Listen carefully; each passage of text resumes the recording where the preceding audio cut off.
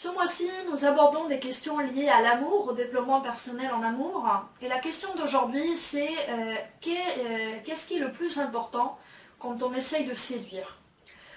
On parle de beaucoup de choses. Quand on cherche à plaire à quelqu'un, surtout quand on cherche à plaire au-delà de simplement passer une nuit ensemble, on parle de l'importance d'avoir de l'humour, par exemple, de faire des blagues, de rire ensemble, de faire rire l'autre.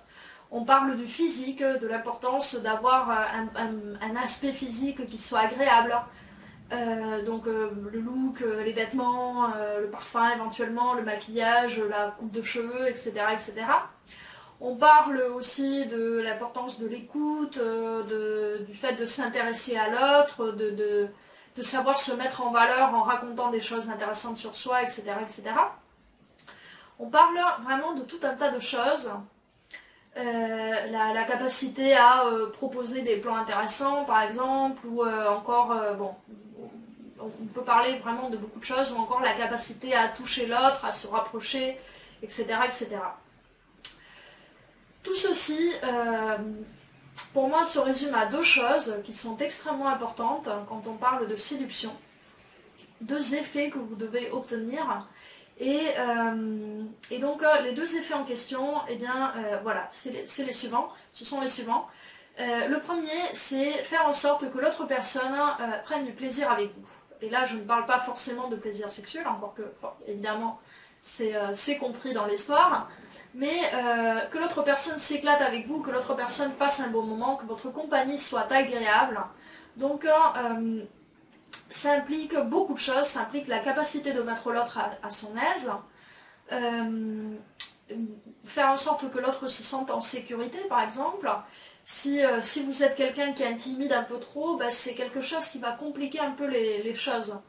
Parce que il faut bien à un moment donné que l'autre soit à l'aise pour qu'une relation agréable puisse s'initier. Donc, ça c'est la première chose. Arriver à faire en sorte que l'autre personne passe un bon moment. Et la deuxième chose, c'est susciter un certain intérêt, que l'autre personne ait envie d'en savoir plus, de vous connaître davantage. Donc, ce sont deux aspects qui très souvent vont la main dans la main. C'est évident que si vous êtes quelqu'un d'extrêmement désagréable et que l'autre personne passe un sale moment avec vous, eh bien il ou elle n'aura pas envie de vous connaître davantage. C'est très probable que si vous êtes quelqu'un avec qui on s'éclate, l'autre personne aura envie de vous revoir. Mais il existe aussi, dans une certaine mesure, ces deux aspects qui vont en partie ensemble, ils sont aussi un petit peu contradictoires parfois, un petit peu incompatibles. C'est-à-dire que si l'autre personne se sent très très à l'aise avec vous et a l'impression qu'elle passe un très bon moment sans prise de tête, etc., parfois ça peut aussi lui donner l'impression qu'il n'y a pas grand-chose à découvrir en fait, hein, que vous avez déjà montré le meilleur de vous-même et que c'est ce qu'elle peut attendre avec vous. Tandis qu'il y a des personnes qui, au contraire, ont besoin de haut et de bas émotionnels, de se sentir vraiment très fortement attirés par l'autre personne, de se sentir à la limite torturés par leurs sentiments amoureux. Parce que s'il n'y a pas des sentiments très très forts, très puissants, très violents, qui sont souvent, du coup, également très angoissants et très préoccupants, eh bien, la personne considère finalement que son cœur n'a pas été touché, que vous ne l'attirez pas assez en fait. Donc il faut un peu jouer avec les deux, il faut d'un côté intéresser la personne, l'attirer, susciter sa curiosité, son intérêt, presque être un peu comme un aimant qui attire le fer, non, les métaux. Et d'un autre côté, il ne faut pas non plus que ça devienne désagréable en fait. Donc, pour réussir à trouver le juste milieu entre ces deux aspects, je vais vous donner deux conseils qui sont à la fois très simples et très efficaces et qui sont les suivants. Premier conseil, c'est de vous éclater pendant le rendez-vous vous-même. Ça a l'air tout bête, mais c'est très important parce que les émotions, c'est contagieux. Donc, si vous êtes en train de vous éclater, si vous êtes en train de vous amuser, si vous êtes de bonne humeur, eh bien, ça va se transmettre à l'autre personne avec qui vous êtes. Et au contraire, si vous êtes tendu, stressé, ou si vous vous ennuyez évidemment, ou si vous êtes de mauvaise humeur, ça va aussi se transmettre. Donc tout ce qui est timidité devant l'autre et tout, ça vous dessert, ça ne vous aide en rien. Au contraire, essayez vraiment de vous dire je suis là pour m'éclater et déstresser, ne pensez pas que vous êtes là pour passer un examen parce que c'est tout le contraire. Plus vous allez être détendu, plus vous allez être efficace en fait quand il s'agit de séduire. Donc ça c'est la première chose, vous détendre, vous amuser. Il ne s'agit pas forcément de trouver amusant tout ce que dit l'autre personne, ça serait bien évidemment, mais vous pouvez tout simplement profiter du temps qu'il fait, du beau temps qu'il fait, voilà, de l'ambiance dans la rue, de la boisson que vous êtes en train de déguster, de la température, ce que vous voulez, du fait que vous avez eu une excellente journée au travail ou une excellente semaine. Tout simplement, ressentez votre joie et quand l'autre personne s'en rendra compte, eh bien parlez-en, dites tout simplement pourquoi vous êtes de si bonne humeur et partagez vos pensées positives, ça va vraiment beaucoup aider à la détente et à la conversation. Et le deuxième conseil, justement, c'est de converser, c'est de dialoguer. Quand je dis dialoguer, je ne parle pas uniquement des mots. Je parle également et surtout d'ailleurs de tout ce qui est langage non verbal, tout ce qui est langage du corps. Dialoguer, ça veut dire deux choses. Ça veut dire d'un côté écouter et de l'autre répondre. L'un sans l'autre ne sert à rien. Donc écouter, ça veut dire être attentif ou attentive aux réactions de la personne d'en face. Ressentir par exemple s'il ou elle est tendu, nerveux, nerveuse, timide, s'il s'éclate ou si elle s'éclate, si il ou elle tout d'un coup a l'air inquiet ou inquiète à cause de quelque chose, soucieux, voilà, ou au contraire si d'un coup il ou elle a l'air de s'ouvrir beaucoup plus qu'avant. Donc faire attention à tout ce genre de réactions. Et tout cela va vous apporter énormément d'informations pour vous adapter, en fait, pour répondre un petit peu à ces besoins émotionnels.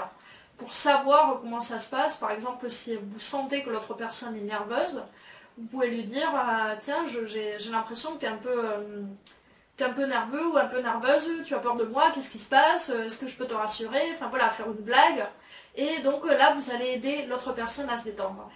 Et donc ça, c'est le deuxième aspect. Il ne suffit pas d'écouter, il faut répondre. Si vous écoutez, si vous vous rendez compte de tout ce qui se passe chez la personne en face, mais que vous ne faites rien, que vous restez dans la passivité, eh bien, les choses ne vont pas s'arranger parce que la personne va se sentir extrêmement seule. Donc, d'un côté, il ne faut pas penser juste à vous, parler et ne faire absolument pas attention aux réactions de l'autre. Ça, c'est une grosse erreur qui arrive souvent.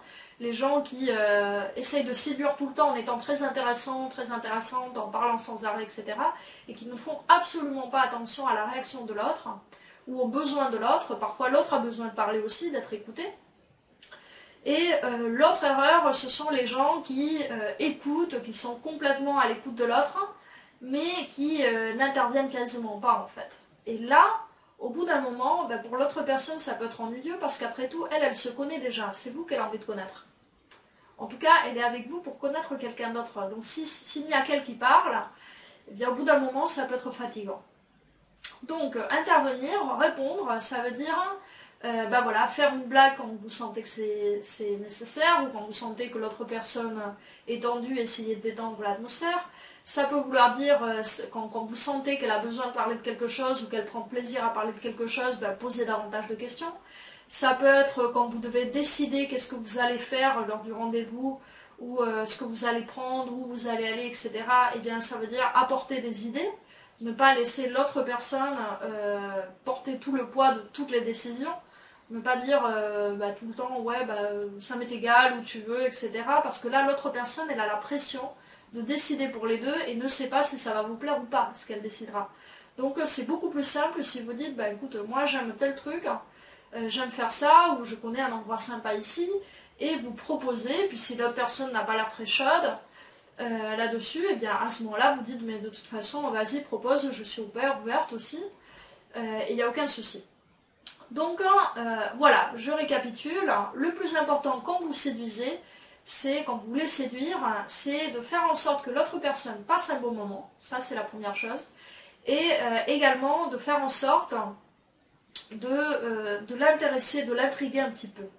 Et pour réussir à faire ces deux choses-là, eh bien, il faut d'un côté dialoguer avec elle, c'est-à-dire écouter, être à l'écoute de ses réactions pour qu'elle soit à l'aise, pour qu'elle soit dans une situation confortable, et d'un autre côté intervenir aussi pour montrer que vous êtes aussi quelqu'un d'intéressant, qui a une personnalité.